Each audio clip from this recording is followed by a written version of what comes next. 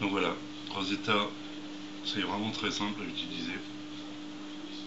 Donc quand vous ouvrez Rosetta, vous avez cette page.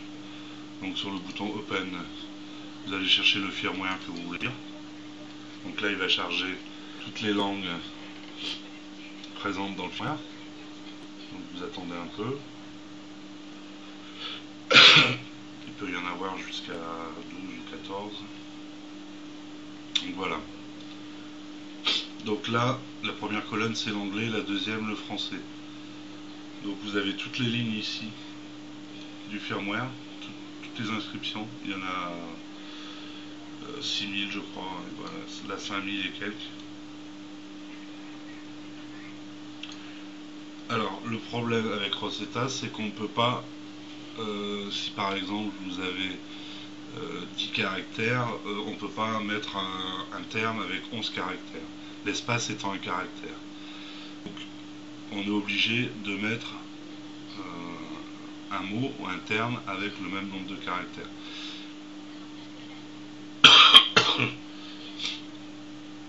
Alors, par exemple, ici, on va prendre celui-là, Deleted, donc on fait Edit, on clique droit, on fait Edit. Donc, je vais mettre effacer, parce que Deleted, ça veut dire effacer. Bon, ici, ça passe sans problème. Donc, je vais essayer de prendre un exemple où le nombre de caractères n'est pas suffisant. Voilà, par exemple ici, on retrouve beaucoup ce mot sorti. Bon, c'est pas très sympa. On dirait plutôt quitter, ou plutôt quitter.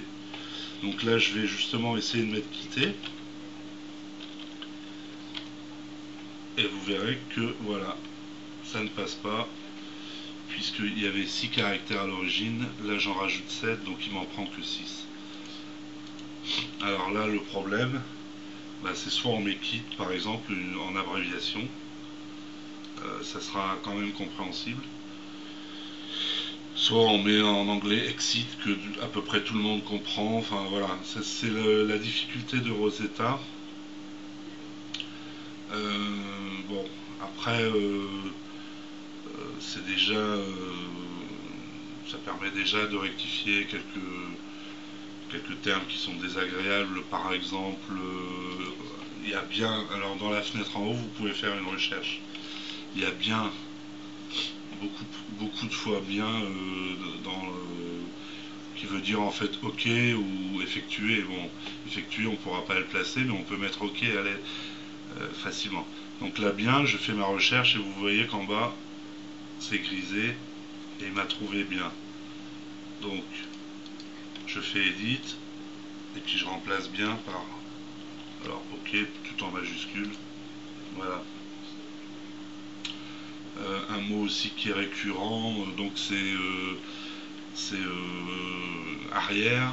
Alors, ici, moi, donc je l'ai remplacé par retour, puisque précédent ne passe pas avec Rosetta.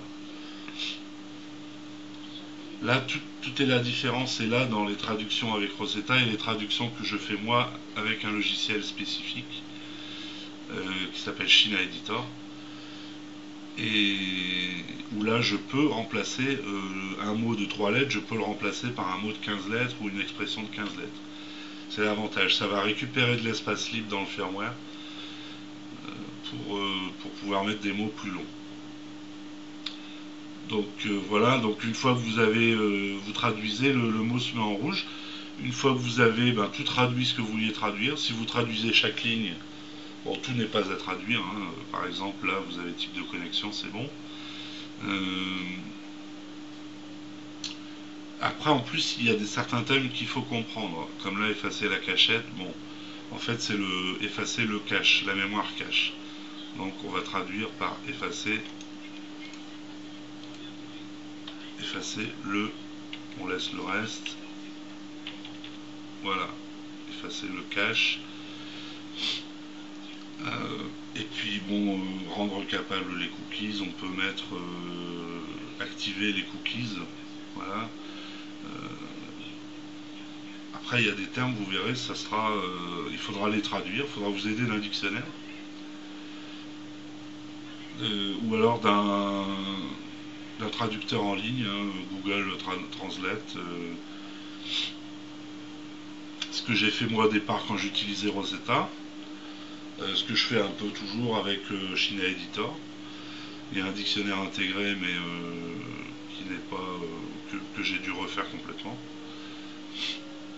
Donc voilà, une fois que vous avez terminé, donc vous sauvegardez le firmware, donc vous cliquez sur Save et vous allez chercher le firmware que vous avez ouvert et vous enregistrez. Voilà, c'est terminé, le firmware est traduit.